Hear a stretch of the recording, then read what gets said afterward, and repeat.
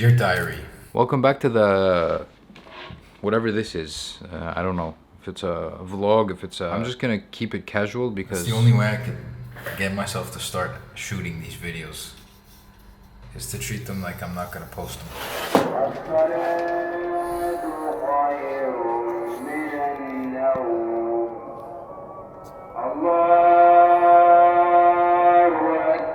So that's probably the last time I'm gonna pray in that mosque, for better or for worse. The whole house is basically an echo chamber right now because it's empty. So I'm shooting this video in 3 different locations. So this is, well, not really my childhood home because I didn't really have a childhood home per se. The old house, the one that was owned by us and actually sold recently. You know when people say that my father built this with his bare hands? Well, my father and my mother, well, they literally built it with their own hands. They were the ones on top of things when it came to this house. They were the ones who go get the materials, go get the people who are gonna build it, go get the, I don't know, the money, go supervise everything. Sometimes they'd work with their hands. I mean, it was a really, really long process. This is the building where we've lived as a family, close to 15 years, maybe more, I think. And this is the place where I lived when I got married. My apartment is on the 4th floor.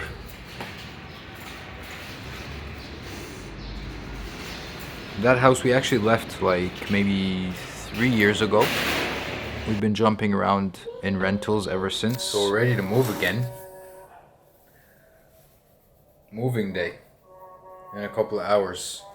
The intermediate house, which was the house that I've been living in for the past year and a half. It's really hard to have an emotional connection with a place. This house is one of the nicer places we've been or we've lived in. And the current house right now that I have just moved in, maybe like 5 days ago or something. We've moved so many times right now, I can't even count. We moved to Canada when I was like maybe 4, and then from Canada we jumped around 4 or 5 cities: Toronto, Vancouver, Victoria. And then we came back to Egypt, lived for a little while, and then we went to Saudi Arabia. We stayed there for a year, and then we came back to Egypt, and that was the time where we stayed here in this house. In the past 4 years, maybe we've moved like 4 times, and that's a lot. We've been in a few houses we didn't like, so it was kind of easy to let go.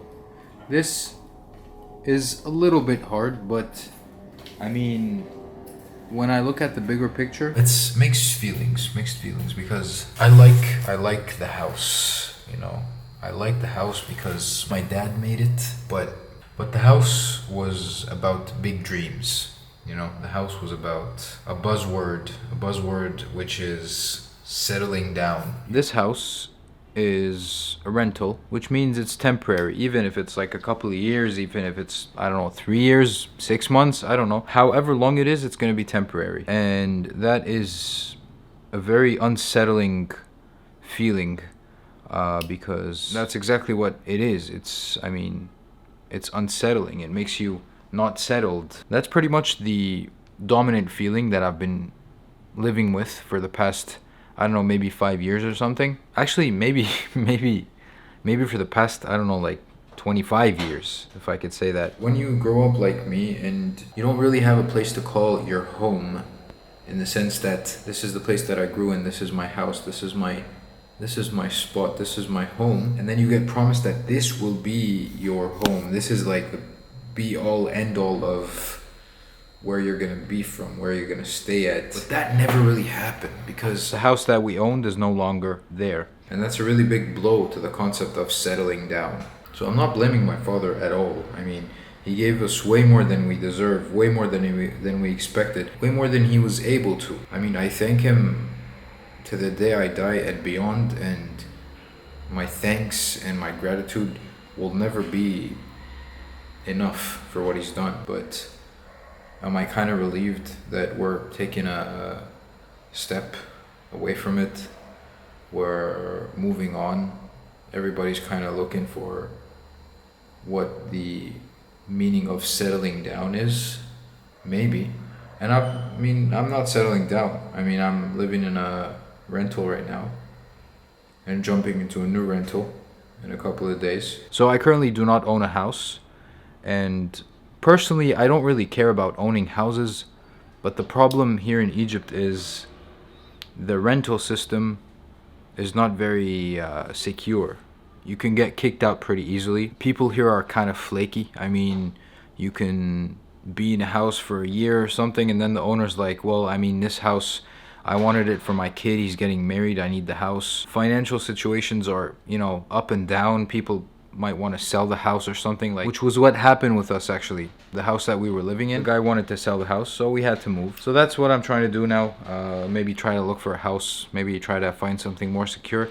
But all of this interferes with the creativity, interferes with the workflow. I mean, I haven't done anything in like 10 days or something, and that really gets to me because I've just started this new English thing. And that's part of why I'm making content in English right now. I'm kind of searching for myself. I'm kind of searching for my roots, because my roots are rooted actually in English. Like, that was my childhood. That was the language that I spoke. That was the language of my thoughts, and I'm trying to root myself. I'm trying to find where I came from.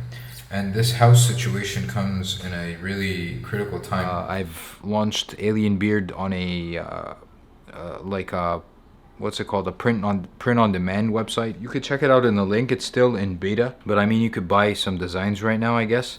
You know when you should be feeling something and you're not kind of feeling it, Like, you're expected, for example, to be happy at your wedding, and you're not really happy. You're kind of sad. You kind of have to go through the sadness first. The sadness of, like, leaving your parents, moving into a new house, maybe leaving the country and all that stuff. You have to push through the urgent feelings first, so then you can move on to the feelings that are kind of expected from you, and the feelings that you want to feel as well. It's not like you don't want to be happy on your wedding day. So this is kind of what's happening right now.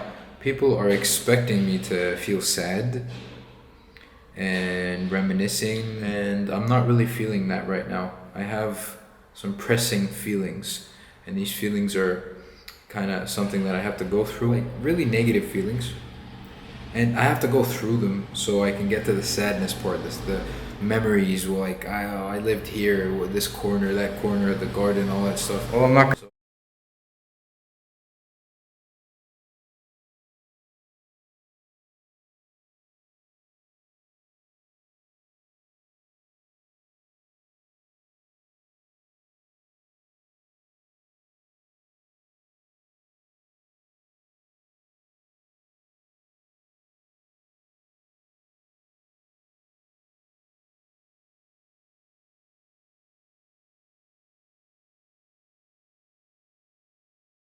It's a process. It's a process that I gotta go through. I'm not even sure that I'm gonna cross to the other side, but I kind of owe it to myself, and that's what I'm trying to train myself at, is to express myself in the way that I need to. I need to be hateful right now. I need to be angry.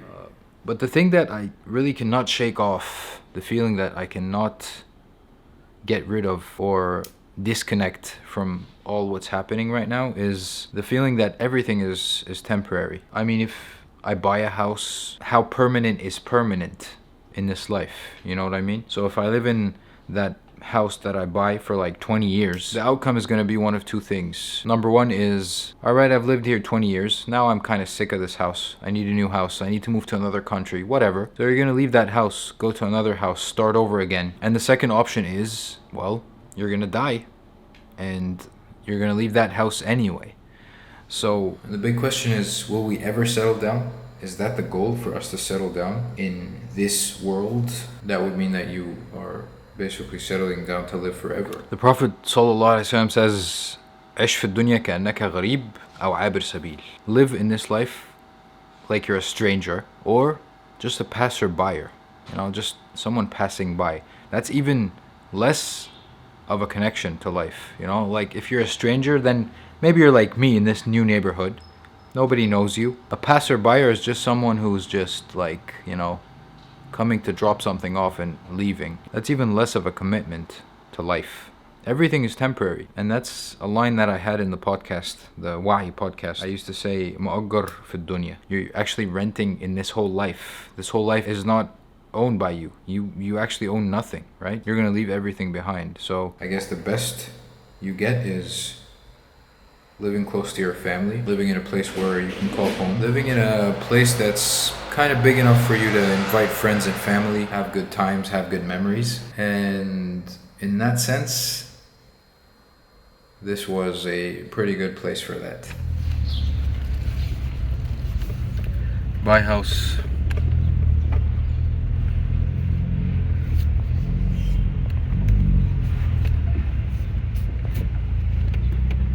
Throughout this stressful time, throughout these hard life decisions, life maneuvers and stuff, the seemingly morbid idea of death kind of makes everything a little bit more easier.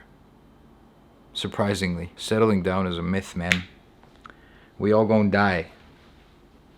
That is the only truth. Settle down in paradise. Inshallah, man. Gonna have a big house, man. You know that you can have a house every day built for you if you pray the 12 rak'at of sunnah. Sunnah of salat subh or fajr prayer. You pray 2 rak'at before fajr, 2 rak'at before dhuhr, and 4 after. 2 rak'at after maghrib, and you pray 2 rak'at after isha. Is that a total of 12? Right? Yeah, that's 12. You could get a house built for you every single day if you pray the 12 rak'at of sunnah.